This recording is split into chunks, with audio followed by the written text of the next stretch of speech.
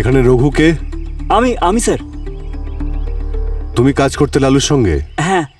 আচ্ছা, এই লালুর কি কোনো কিডনির রোগ ছিল নাকি? না স্যার, আমি তো আজ অব্দি ওনার রোগ সম্বন্ধে কিছুই জানি না।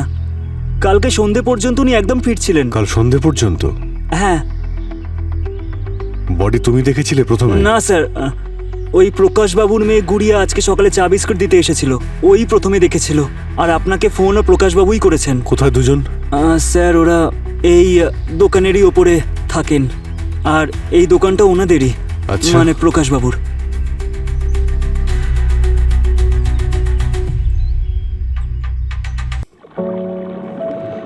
কামান শ্রুতি, জলে নামো না, উপরে কি বসে আছো? না মধু, আমার একদম মুড নেই পুলে নামার। তুমি না এরকম বোর করো না। 4-5 মাসের মধ্যে একবার তো আমরা একসঙ্গে আসি, তার মধ্যে তুমি যদি এরকম বোর করো। তোমার মনে আছে তোমাকে যখন এই ডায়মন্ড নেকলেসটা দিয়েছিলাম তখন তুমি কি বলেছিলে? তুমি বলেছিলে যে তুমি আমার সব কথা শুনবে। দেখো, এখান পর্যন্ত আমি তোমাকে নিয়ে এসেছি, এবার পুলে তোমাকেই নামতে হবে। এই ডায়মন্ড নেকলেসের কথা বলে তুমি কিন্তু আমাকে ব্ল্যাকমেল করছো। আরে ব্ল্যাকমেল তো ব্ল্যাকমেলই হোক, এসো না। না, আমি সুইমিং করব না। Come on, you go ahead swim now. Drink এসে গেছে। Thank you. Welcome sir. ওই এইবারের স্যালারিটা কি অ্যাডভান্স পাওয়া যাবে? গ্রামে কিছু টাকা পাঠানোর ছিল। একটা ড্রিঙ্ক তো তুই ঠিক মতো বানাতে পারিস না, হ্যাঁ?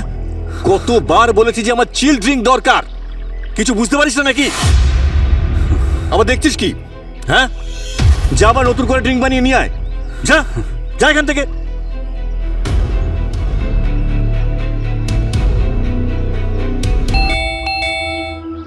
এক সপ্তাহের জন্য আমি এই ফার্ম হাউসে আসি, তার মধ্যেও এই বাইরের লোকগুলো ভিক্ষা করতে চলে আসে।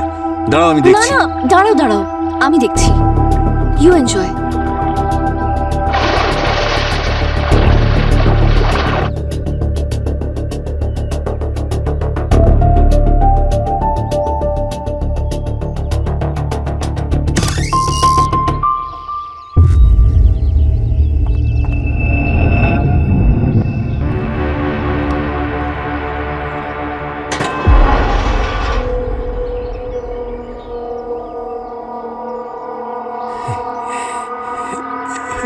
টিটু কাকা, টিটু কাকা, আপনি কাউকে দেখেছেন এখানে?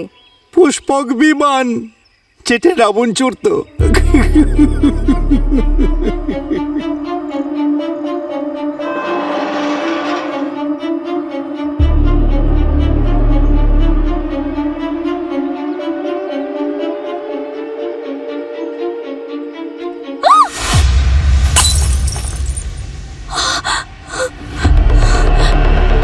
মধু,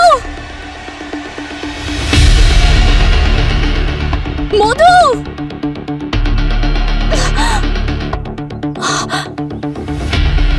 মধু, মধু দেখো না, লাগলো কি করে বুঝতে পারছি না। মধু, মধু,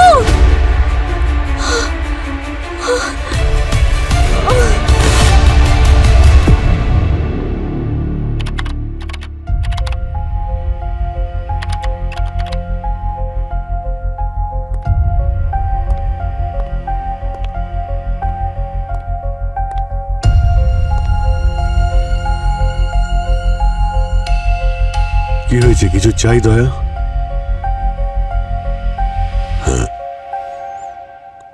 ক্ষমা।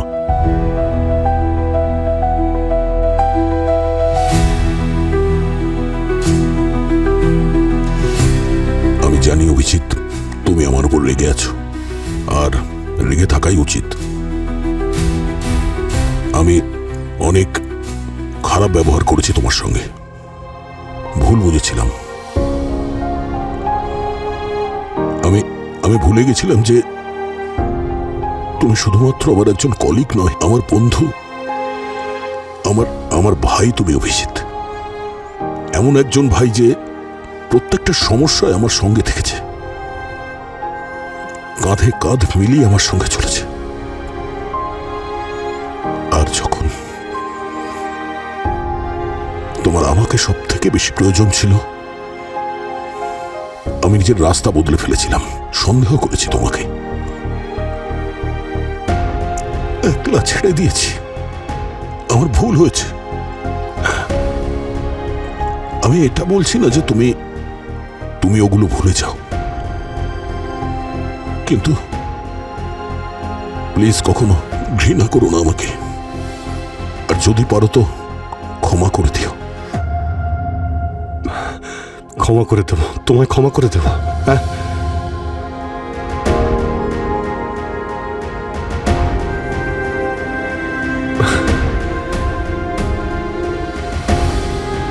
ভাইও বলছো, আবার ক্ষমা করে দিতেও বলছো তুমি। হ্যাঁ,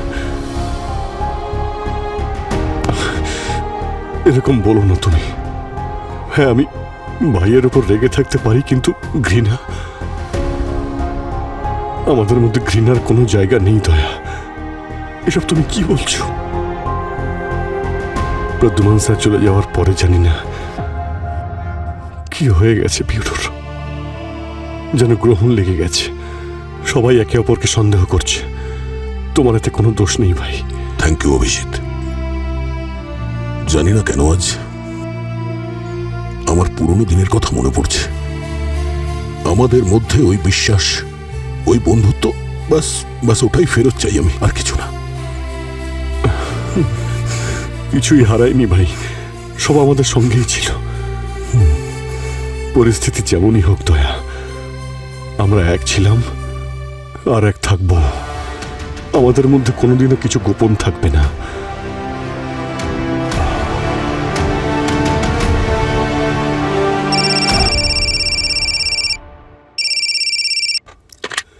হ্যালো, কোথায়? ঠিক আছে, আমরা আসছি। দয়া, আমাদের যেতে হবে। হ্যাঁ, তুমি যাও, আমি আসছি। ঠিক আছে।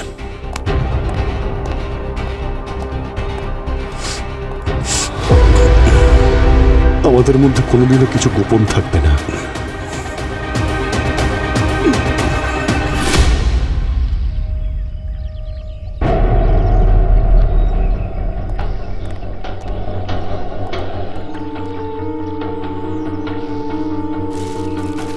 তুমি এখানে কিছুই দেখোনি?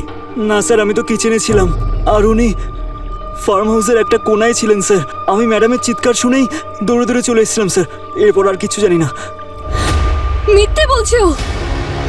ওই আমার হাজবেন্ডকে মেরেছে। ওর কাছে রিজনও ছিল। সকালেই আমার হাজবেন্ড ওকে বকেছিল, তাই ওকে খুন করেছে। ওকে নির্দোষ ভেবে আপনি ওকে ভরসা করবেন না প্লিজ। ভরসা কাকে করব আর করব না সেটা আমাদের উপর ছেড়ে দিন। আপনি বলতে চাইছেন যে আপনার হাতে এমন ব্যথা হচ্ছিল যেন মনে হচ্ছিল কেউ গুলি করেছে? আমি সত্যি বলছি। আপনার কি কখনো বন্দুকের গুলি লেগেছে? না। তাহলে আপনি কি করে জানলেন যে গুলি লাগলে এরকম যন্ত্রণা হয়? না, আমি আসলে আমি শুনেছি যখন গুলি লাগে তখন খুব ব্যথা করে, সেই জন্যই বলছি। কিন্তু এটা ইম্পর্ট্যান্ট নয়। ইম্পর্ট্যান্ট এটা যে ওকে মার্ডার করা হয়েছে। আমি সত্যি বলছি। আচ্ছা, হাতটা দেখি।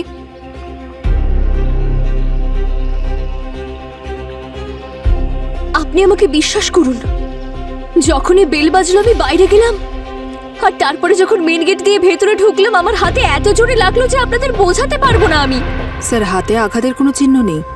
আপনার হাতে ব্যথা হয় আর তারপরে আপনি ওখান থেকে পুলের এখানে আসেন আর দেখেন আপনার স্বামী পুলে ডুবে রয়েছে। ডোবেননি উনি ডুবতে পারেনি না। ওনাকে মার্ডার করা হয়েছে। এই কথা আপনি এত বিশ্বাসের সঙ্গে কি করে বলছেন?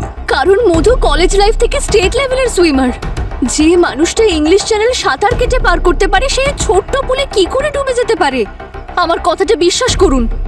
ওকে জেলে দিন, মারধর করুন, ও সব সত্যিটা আপনি থেকে বলে দেবে। দেখুন, সাসপেক্ট আপনারা দুজনেই, দুজনকেই প্রশ্ন করা হবে আর জেলে নিয়ে গিয়ে যত্নও করা হবে।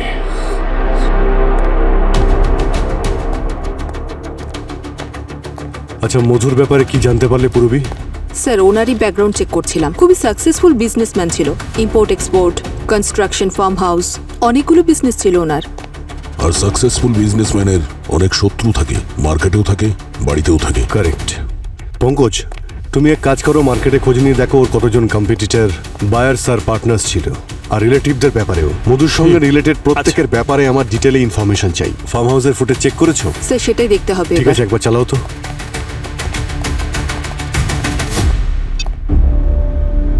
আচ্ছা, এই মেন গেটের বাইরের যে ফুটেজটা আছে সেটা একবার দেখাও তো।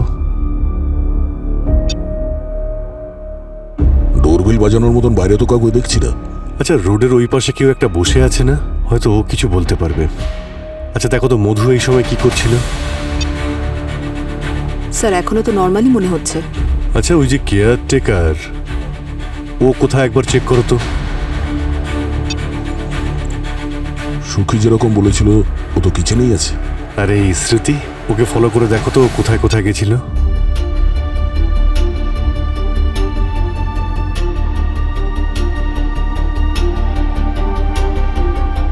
আচ্ছা, এই সময় মধু কি করছে দেখাও তো।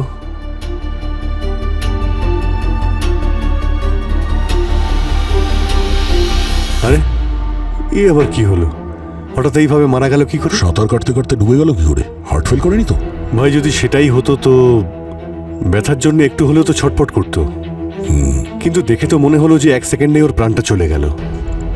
আচ্ছা, ওই সুইমিং পুলের পাশে গ্লাস রাখা ছিল, হতে পারে অতিরিক্ত ড্রিঙ্ক করেছিল।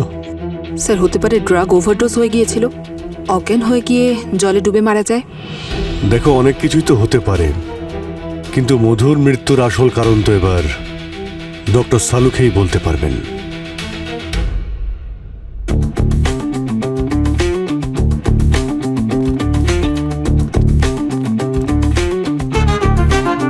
কি হয়েছে স্যার?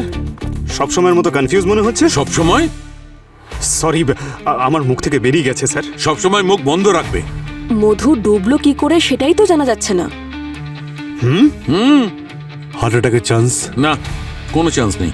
কোনো ড্রাগস কিংবা অ্যালকোহল পেয়েছেন বডিতে? না দয়া, কোনো ধরনের ড্রাগ নয়, কোনো অ্যালকোহল নয়, কোনো কেমিক্যাল নয়, কিছু ট্রেসেস নেই। ইনফ্যাক্ট এনার পাস্ট হিস্ট্রি চেক করেছি, সেখানেও কোনো ধরনের ড্রাগস বা অ্যালকোহলের ট্রেসেস নেই। অ্যাকচুয়ালি অ্যাথলেটিক মাইন্ড সেটআপের লোক তো, তাই অ্যালকোহল আর ড্রাগ থেকে দূরে থাকাই স্যার স্বাভাবিক। সুসাইডও তো হতে পারে। না, সুসাইডের কোনো সম্ভাবনা নেই। দেখো, কোনো সাঁতারু যদি মরতে চায় তবে অন্য কোনো উপায় বার করবে, কিন্তু ডুবে মরাটা সম্ভব নয়। কারণ যখন সে ডুবতে থাকবে তখন তার সার্ভাইভাল ইনস্টিং তাকে বাধ্য করবে ভেসে উঠতে। এইভাবে মরেনি, ওইভাবে মরেনি, তাহলে কিভাবে মরলো? বুঝতেই পারছি না কি করে মারা গেল, সেইটাই বোঝাতে চাইছি। আমি জানি কোনো লোক মারা গেলে তার পেছনে রিজন থাকে, কিন্তু আমি এখনো জানতে পারিনি কি রিজন। আমি এভিডেন্স তৈরি করব নাকি? আরে স্যার, স্যার কি বলছে এসব? রিল্যাক্স। অজিত ভাই, আমাদের আবার ফিল্ডে গিয়ে একটু বেশি পরিশ্রম করতে হবে। আমরা ফিল্ডেই যাই ভাই, এখান থেকে তো বেরোই আগে। পঙ্কজ, মধুর কোনো রিলেটিভ? আছে তো স্যার, ওর বড় দাদা মোহন।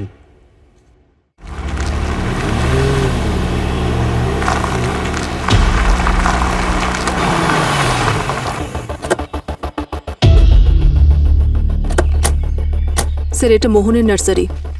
10 বছর আগে মোহন আর মধুর বাবা মারা গিয়েছিলেন, আর তারপরে ওদের দুজনের মধ্যে প্রপার্টি নিয়ে ঝামেলা হচ্ছিল, আর ঠিক সেই সময়ে মোহন এই নার্সারিটা নিয়েছিল। তাহলে তো ক্লিয়ার স্যার, বেশিরভাগ সময় ভাইরাই প্রপার্টির জন্য এসব কাজ করে। কিন্তু 10 বছর পরে? আচ্ছা ভাই, এই মোহনকে কোথায় পাওয়া যাবে? ওই যে বসে আছেন, ওই যে কুর্তা পরে। Thank you. মোহনবাবু, সরি, এটা বিক্রির জন্য নয়। কেন?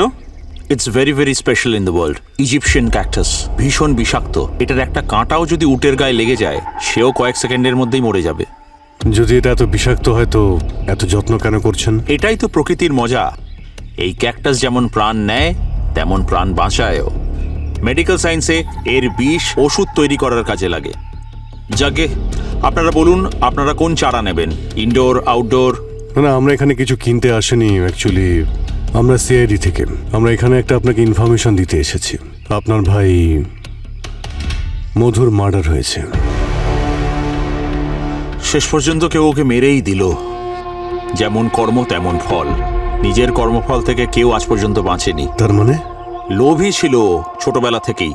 বাবা মারা যাওয়ার পরে ও আমার থেকে যা চাইতো, বড় ভাই হওয়ার দরুন আমি ওকে দিতেই থাকতাম, কোনো প্রশ্ন না করেই। আর দান করার এত অভ্যেস হয়ে গেছিল ওর যে ওনার বাবা মারা যাওয়ার পরে মধু যা চেয়েছিল ইনি ওনার প্রপার্টি সমস্ত বিজনেস ওর একার নামে করে দিয়েছে। রেখা শান্ত হও প্লিজ।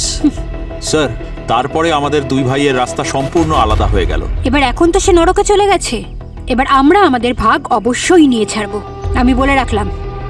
রেখা, আপনার ওয়াইফ মনে হচ্ছে ভীষণ রেগে আছেন মধুর ওপরে। না একটু ওই আর কি। স্যার, আমার মধুর বিজনেস বা ওর প্রপার্টিতে কোনো ইন্টারেস্ট নেই। আমরা জবে থেকে আলাদা হয়েছি ও আমার সাথে একবার মাত্র দেখা করতে এসেছে। কবে এসেছিল? এই গত মঙ্গলবারে। দাদা,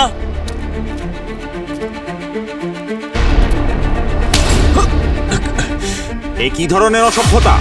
এখানে কেন এসেছো? এখন তোমাকে দেওয়ার মতো আমার কাছে কিচ্ছু নেই। তুমি আর দিতেই বা কি পারো? এসব ফুল পাতা? এরকম হাজারটা নার্সারি কিনে আমি তাতে আগুন জ্বালিয়ে দিতে পারি। তাহলে তোমার কি চাই? এসব সাদা পোশাক পরে নিজেকে সবসময় ভদ্র দেখানোর নাটক করো, তাই না? মধু, এখান থেকে চলে যাও নয়তো। হ্যাঁ, এইভাবে যদি হুমকি দেওয়ার থাকতো তাহলে আমাকে দিতে। সকাল 8টায় আমার বাড়িতে ফোন করে হুমকি দেওয়ার কি দরকার ছিল? কোন ফোন? আমি কোনো ফোন করিনি। আমি তো আমার বাবাকেও কোনোদিন ভয় করিনি, কিন্তু এই ফোন কলে শ্রুতি খুব ভয় পেয়েছে। এরপর যদি কখনো এরকম কোনো হুমকি দাও না, তাহলে এই গাছগাছালির নিচেই তোমার কবর দেব। ঠিক আছে মোহনবাবু, এখন আমরা যাচ্ছি। প্রয়োজন পড়লে আবার আসবো আপনার কাছে। Thank you. ওয়েলকাম। যদি ইনি মধুকে হুমকি না দেয় তো কে দিল? আর তাছাড়া এই হুমকির কথা মধুশ্রী শ্রুতি আমাদের কাছে কেন লুকুলো? মধু এত বড় বিজনেসম্যান যে ওর কাছে থ্রেট কলস আসাটা খুবই স্বাভাবিক।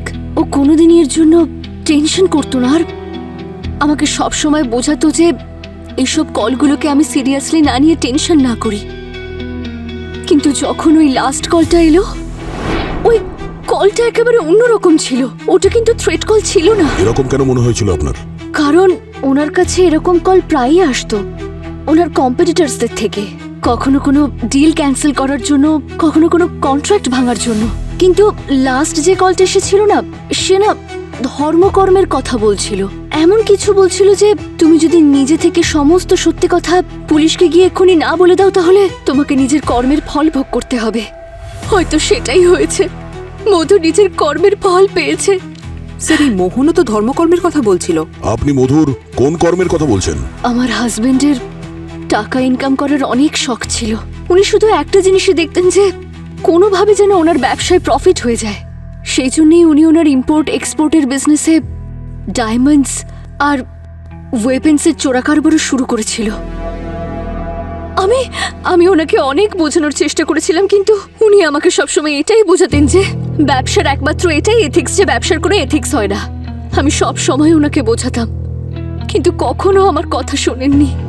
আমি ওনাকে খুব ভালোবাসতাম।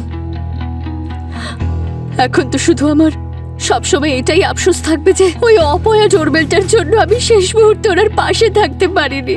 স্যার, ওই ডোরবেলটা নিশ্চয়ই শ্রুতিকে মধু থেকে দূরে সরানোর জন্য বাজানো হয়েছিল। কিন্তু উনি বলছেন উনি যখন দরজার কাছে যান তখন উনি ওখানে কাউকেই দেখেননি।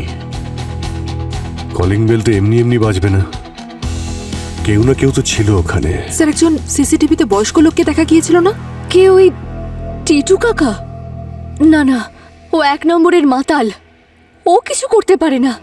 কিছু করতে পারে না, কিন্তু দেখতে তো পারে। লালু আঙ্কেল, লালু আঙ্কেল, আমি তোমার জন্য চা নিয়ে এসেছি। আরে তুমি এখন ঘুমাচ্ছ? ওঠো আঙ্কেল, দেখো আমি তোমার জন্য চা নিয়ে এসেছি। ওঠো না আঙ্কেল। বাবা!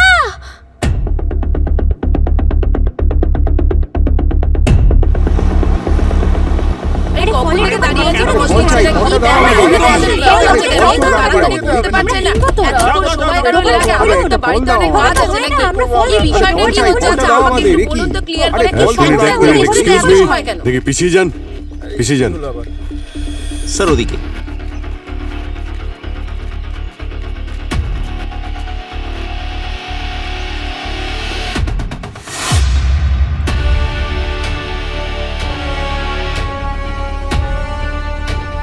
এর ইউরিন তো বেরোয়নি, কিন্তু অ্যামোনিয়ার এত জঘন্য গন্ধ বেরোচ্ছে।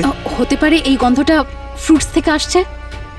না না, ফ্রুটসের হবে বলে তো মনে হচ্ছে না। স্যার, এই যে অ্যামোনিয়া স্মেলটা পাওয়া যাচ্ছে সেটা মুখ আর স্কিন দিয়েই বেরিয়েছে, আর মুখটাও তো হলুদ হয়ে গেছে। এই পাও দেখছি ফুলেছে, তবে কিডনি যখন প্রায় কাজ করা বন্ধ করে দেয় তখনই এসব হয়। পা ফুলে আর বডিটা এরকম হয়ে যায়, পুরো ফুলে গেছে। শরীরটা হলুদ হয়ে গেছে কারণ রক্তের পরিমাণ কম আছে।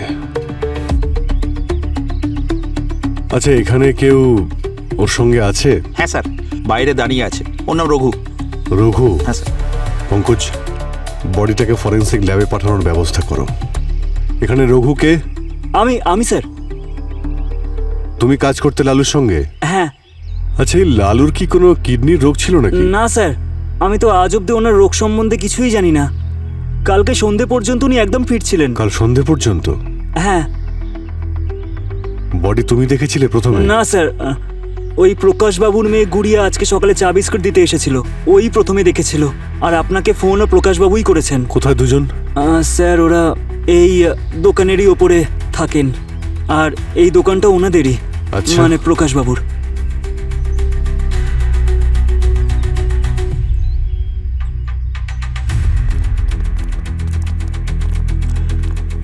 মিস্টার প্রকাশ। হ্যাঁ? আমরা সিআইডি থেকে। হ্যাঁ স্যার, আসলে আমি আপনাদের কল করেছিলাম। অ্যাকচুয়ালি স্যার, আমি আপনাদের জন্য নিচে বেশিক্ষণ অপেক্ষা করতে পারিনি, কারণ আমার মেয়ে ঘরে একাই থাকে, আর ওর জন্য আমায় খাবার টাবার বানাতে হয়। কি নাম তোমার সোনা? গুড়িয়া। আরে বাহ, খুব মিষ্টি নাম তো। প্রকাশ বাবু,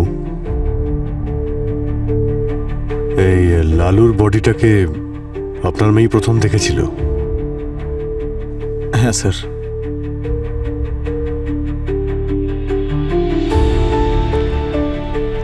শোনা, তোমাকে একটা কথা জিজ্ঞেস করি। লালু আঙ্কেলের ব্যাপারে জিজ্ঞাসা করতে এসেছো না? আরে বাহ, তুমি তো খুব স্মার্ট দেখছি।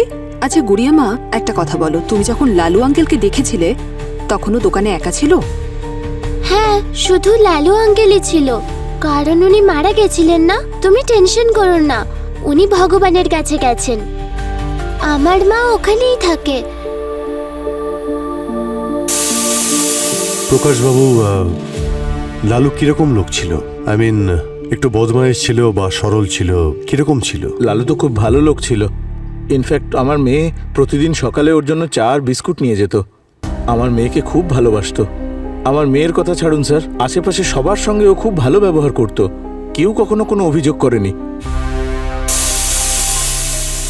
কটা সিটি পড়লো? 3টে। ও থ্যাংক ইউ। আসলে আমি ওখানে আলু সেদ্ধ করছি তো। আচ্ছা, আপনারা কেউ আলুর পরোটা খাবেন? হ্যাঁ। না না, থ্যাংক ইউ। না প্রকাশ বাবু, থ্যাংক ইউ ভেরি মাচ। প্রয়োজন যদি পড়ে আমরা আবার এখানে আসবো। বাই সোনা। বাই।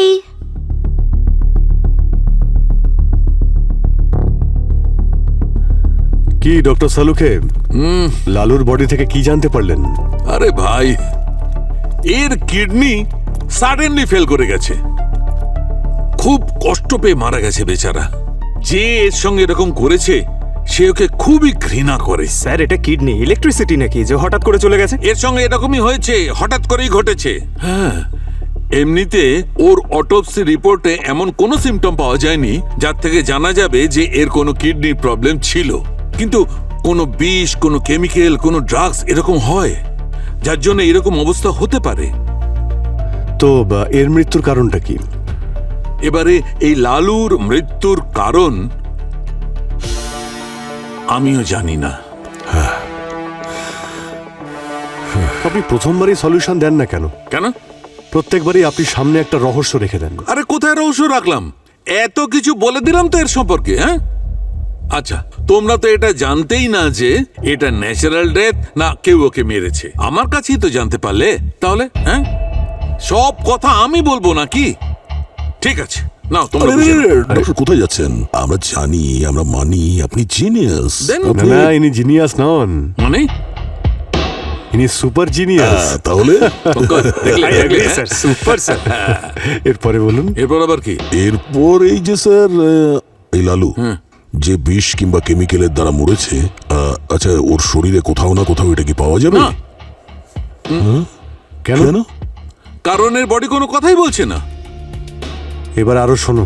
হ্যাঁ, কিন্তু তবুও গার্গিয়ার আমি এখনো চেষ্টা করছি, কিছু না কিছু একটা বার করবই। কিন্তু তুমি একটা কাজ করো না ভাই, ততক্ষণ এইটা তো খোঁজ করো যে এই লালুকে কে মেরেছে, এর শত্রু কে। আরে ভাই, সবকিছু ফরেন্সিকের উপরে ডিপেন্ড করবে নাকি? হ্যাঁ,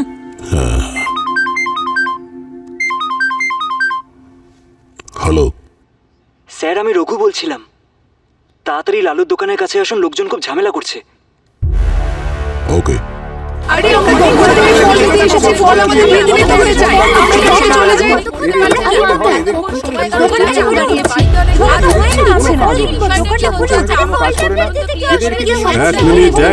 এক মিনিট, কি হচ্ছে কি এখানে? এত চিৎকার কেন করছেন আপনারা?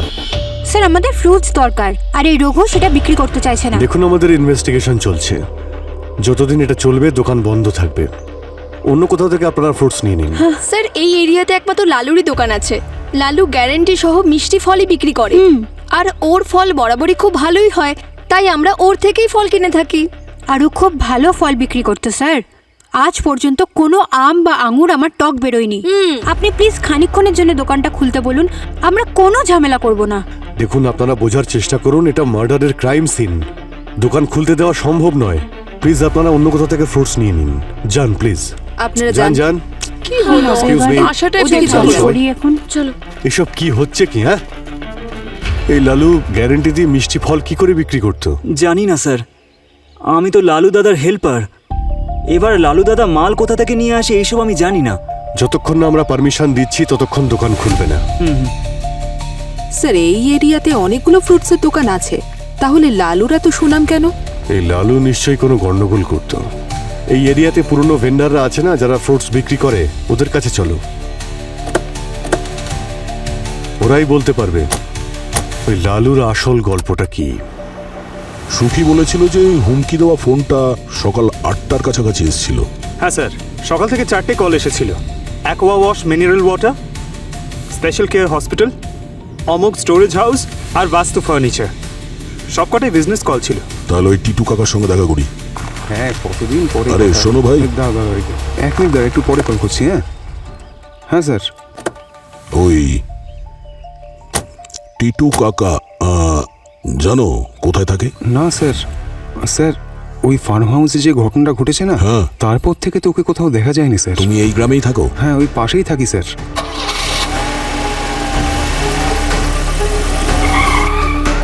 আচ্ছা ভাই, ওই কিটু কাকা আশেপাশে কোথাও দেখেছো নাকি? উনি সিটি হসপিটালে আছেন। City hospital? সিস্টার, একটা কোয়ার্টারের ব্যবস্থা করে দিন না সিস্টার, খুব কষ্ট হচ্ছে সিস্টার, খুব কষ্ট হচ্ছে। ওষুধ দিয়েছি তো আপনাকে, ব্যথা চলে যাবে।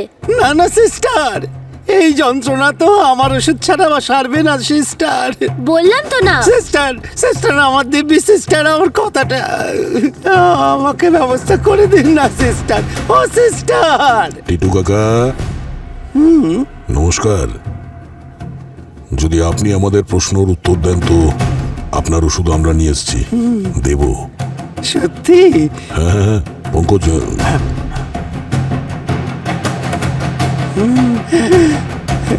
হ্যাঁ, এক মিনিট, প্রশ্ন করব? করুন করুন। ওই দিন আপনি ফার্ম হাউসের বাইরে বসে আকাশের দিকে দেখছিলেন আর হাসছিলেন, কি দেখছিলেন ওই ওপরে? পুষ্পক বিমান, যেটা রাবণের ছিল। আচ্ছা, হ্যাঁ। পুষ্পক কেমন দেখতে? পুষ্পক বিমান? আস্তে আস্তে, খুব মায়াবী শক্তিধর, কারোর কানে যেন কথাগুলো মোটেই না যায়। ওটার 4টে পাখা ছিল, এদিক থেকে ওদিকে, ওদিক থেকে এদিকে ঘুরছিল। তারপর ওপর থেকে নিচে বুম, বেল বাজালো, চলে গেল।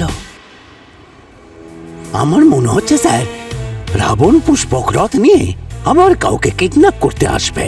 আচ্ছা, কোন দিকে গেছে ও? ওই যে জঙ্গলের দিকে করে চলে গেল। মনে হচ্ছে ড্রোন ছিল। বেশি রেঞ্জ ছিল না, তাই মনে হচ্ছে চুপচাপ জঙ্গলে বসে অপারেট করছিল। ঠিক আছে, আসছি আমরা। স্যার আমারটা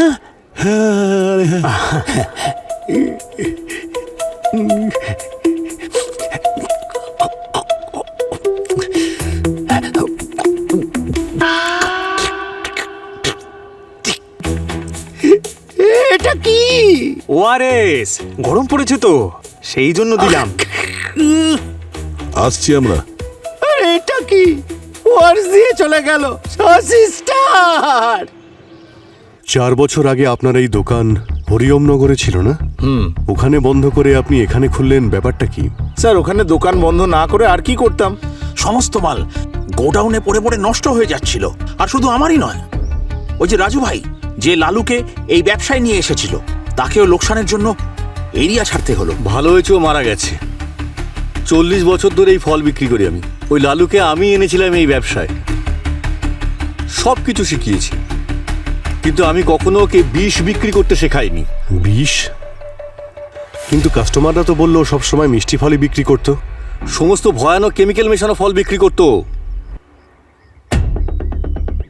কেমিক্যাল?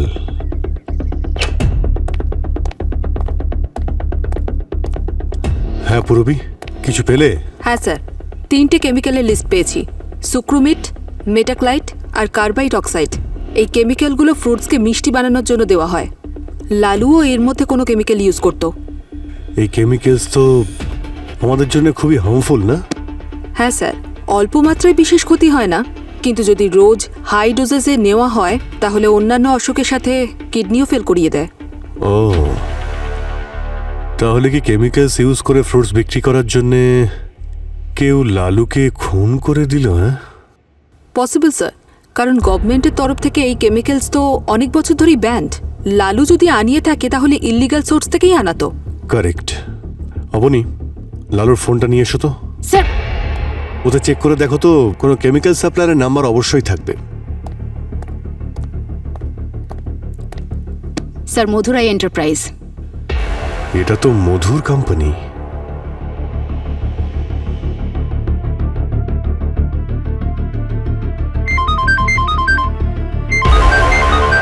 হ্যাঁ অভিজিৎ। হ্যালো দয়া। দয়া, এই মধুর মার্ডার আর লালুর মার্ডারের সঙ্গে কোনো না কোনো কানেকশন অবশ্যই আছে। এই লালু কোনো কেমিক্যালস ইউজ করে ফ্রুটসগুলোকে মিষ্টি করে বিক্রি করত, আর সেই কেমিক্যালস ওকে মধুই সাপ্লাই করত।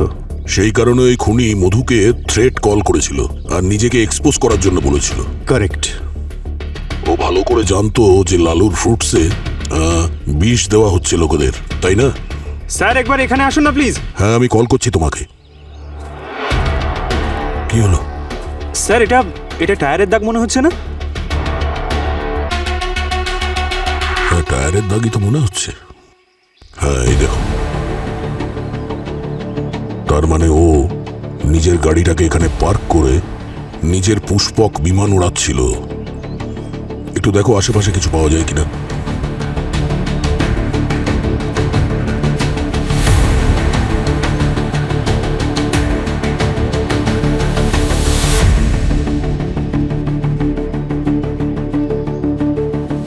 স্যার। হ্যাঁ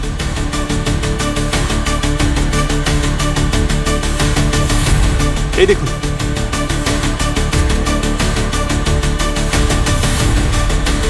এর মধ্যে তো পিঁপড়ে আছে, মরে যাওয়া। এই গ্লাভসটা দেখুন, এটা তো ওই মোহন ব্যবহার করতো না এরকম গ্লাভস? পঙ্কজ, এইরকম গ্লাভস তো যে কেউ কিনতে পারে। এই আরকেএক্স মেডিক্স, এর মধ্যে সিরিয়াল নাম্বারও লেখা আছে। কেউ এই জঙ্গলের মধ্যে এইরকম মেডিকেল কিটস আর এই গ্লাভস নিয়ে কি করছিল, এটাই তো বুঝতে পারছি না। একটা কাজ করো, আরকেএক্স মেডিক্স এর মালিককে কল করে বিউরোতে ডাকো। স্যার, ইনি আরকেএক্স মেডিকেল রিক্রুটমেন্টের ম্যানেজার। আসুন বসুন। Hello sir. একটু মন দিয়ে দেখুন, এটা আপনার কোম্পানি বিক্রি করে না? ইয়েস স্যার, এখানকার প্রায় সব হসপিটালেই আমাদের কোম্পানি এটা বিক্রি করে। এই সিরিয়াল নাম্বার দেখে আপনি বলতে পারবেন যে এর কন্টেনার আপনি কোথায় সাপ্লাই করেছিলেন? এটা yes sir, sure sir, just give me a second.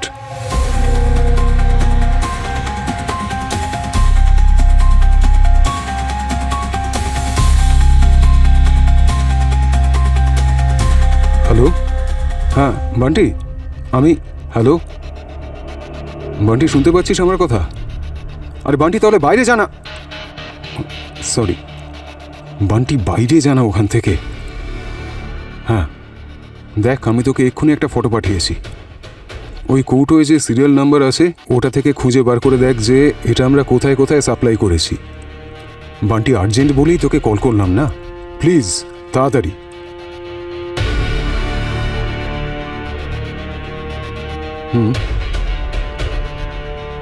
Okay, thank you. হ্যাঁ স্যার, এটা 3 মাস আগে আমাদের কোম্পানি থেকেই সাপ্লাই হয়েছিল ওই স্পেশাল কেয়ার হসপিটালে। স্পেশাল কেয়ারে? Special Care hospital? Yes sir. এই নামটা তো কোথাও শুনেছি মনে হচ্ছে। আরে হ্যাঁ, ও মধুর যে কল লিস্ট আছে, যখন আমরা ওই হুমকি দেওয়া নাম্বারটা ট্রেস করছিলাম, এই হসপিটালেরই ছিল। ওকে, তাহলে ওই হসপিটালের সঙ্গে খুনির কোনো না কোনো কানেকশন অবশ্যই আছে।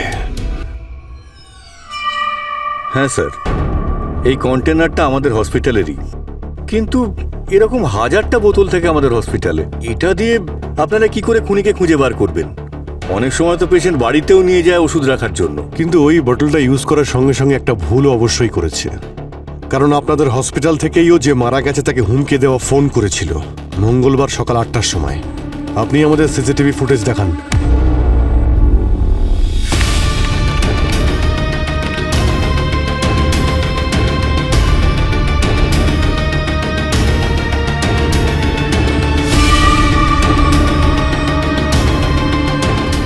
আরে স্যার, কিন্তু ও খুন করলো কিভাবে? এর উত্তর তো এবার ও নিজেই দেবে।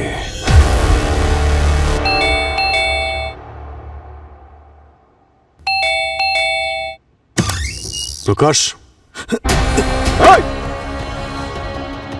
কেউ এগোবে না, তা না হলে এই পিঁপড়েগুলো আমি তোমাদের উপর ছুড়ে দেবো। এই, আমরা সিআইডির লোক, আমরা বম ভয় পাই না। এই পিঁপড়ে আমাদের কি করবে?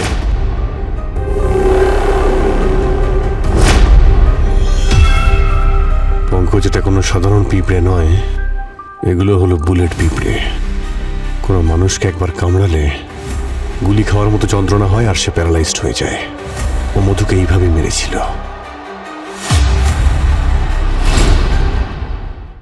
দেখো, তোমার পালানোর কোনো রাস্তা নেই, তুমি নিজেকে এখনই সারেন্ডার করে দাও। আমি বলছি আমার রাস্তা থেকে সরে যাও, তা না হলে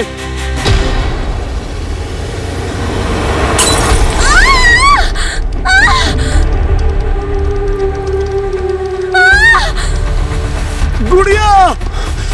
sir sir sir sir please, sir sir please, okay অ্যান্টিডোটটা দিতে দিন স্যার। স্যার, ওর কিডনি খুব দুর্বল স্যার, ও মারা যাবে। Please sir, please sir, please. যাও গিয়ে তাড়াতাড়ি নিয়ে এসো। গুড়িয়া, গুড়িয়া, গুড়িয়া, গুড়িয়া। স্যার, স্যার, গুড়িয়া, গুড়িয়া, গুড়িয়া।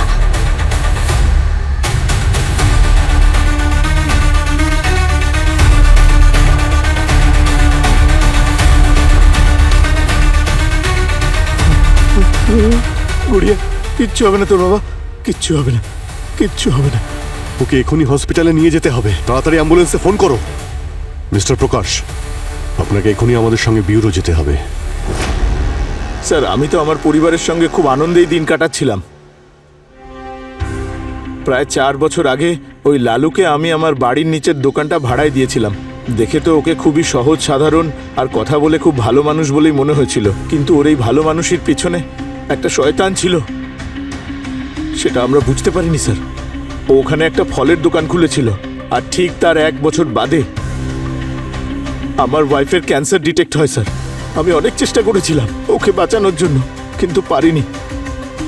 1 বছরের মধ্যে ও আমাদের ছেড়ে চলে গেল। আমি আর আমার মেয়ে ভাবলাম যে আমাদের কপাল খুবই খারাপ। সেটা ভেবে আমরা ভুলে যাওয়ার অনেক চেষ্টা করেছি, কিন্তু এই প্রায় 2 মাস আগে আমার মেয়ের শরীরটা খারাপ হলো। রিপোর্টে এলো যে ওর কিডনি দুটো খারাপ হয়ে যাচ্ছে। জানি না এমন কি হয়ে গেল, ওর সাথে এসব কেন হচ্ছে?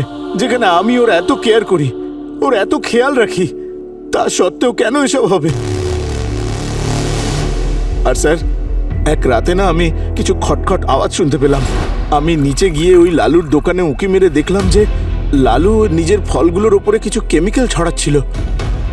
ও নিজে তো মাস্ক পরেছিল, কিন্তু ওই কেমিক্যালগুলো প্রতি রাতে আমাদের নাক দিয়ে শরীরে ঢুকছিল।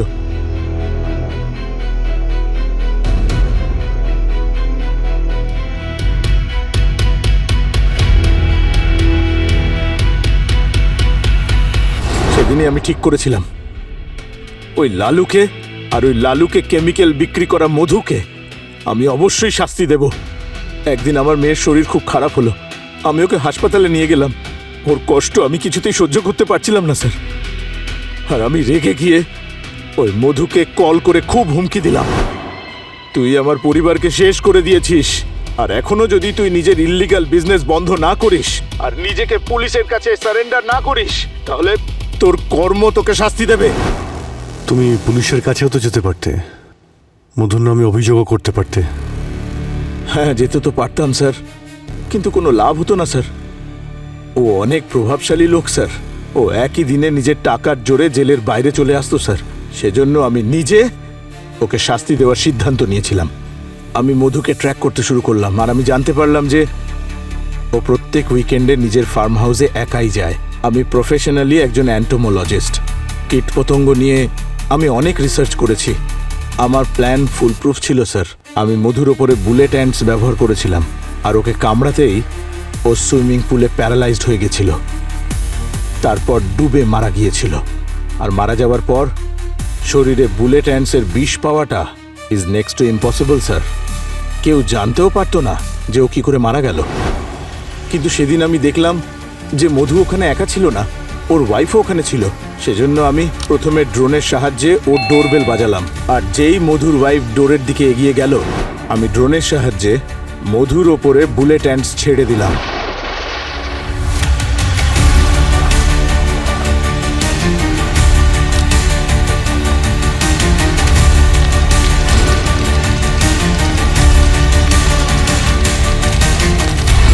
আর স্যার আমি মধুর ওয়াইফকে কিছুই করতে চাইনি। আমার মনে হচ্ছে যে হয়তো যখন ড্রোন দিয়ে আমি ডোরবেল বাজিয়েছিলাম তখন কিছু বুলেট অ্যান্টস ওখানেই পড়ে গিয়েছিল, আর সেই অ্যান্টগুলোই হয়তো ওকে কামড়ে দিয়েছিল। লালুকে কি করে মারলে? লালু ওই শয়তান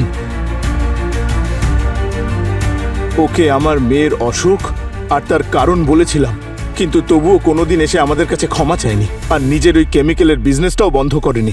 ওই লালু আমার গুড়িয়া সোনাকে যত কষ্ট দিয়েছে না, আমি ভাবলাম আমি ওকে অতটাই কষ্ট দেব, আর তাই আমি ওর শরীরে সি স্নেলের বিষ ব্যবহার করেছিলাম যাতে মানুষের কিডনি ফেল হয়ে যায়, আর সেই মানুষটা কষ্ট পেয়ে পেয়ে মারা যায়। লালু ভাই এই নাও, মুখ মিষ্টি করো।